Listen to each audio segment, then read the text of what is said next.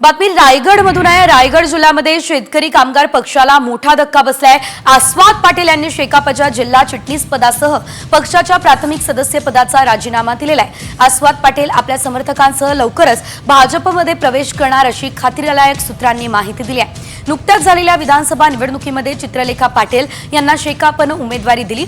त्यांच्या प्रचारापासून आस्वाद पाटील यांच्यासह माजी आमदार पंडित पाटील हे दूर राहिले होते।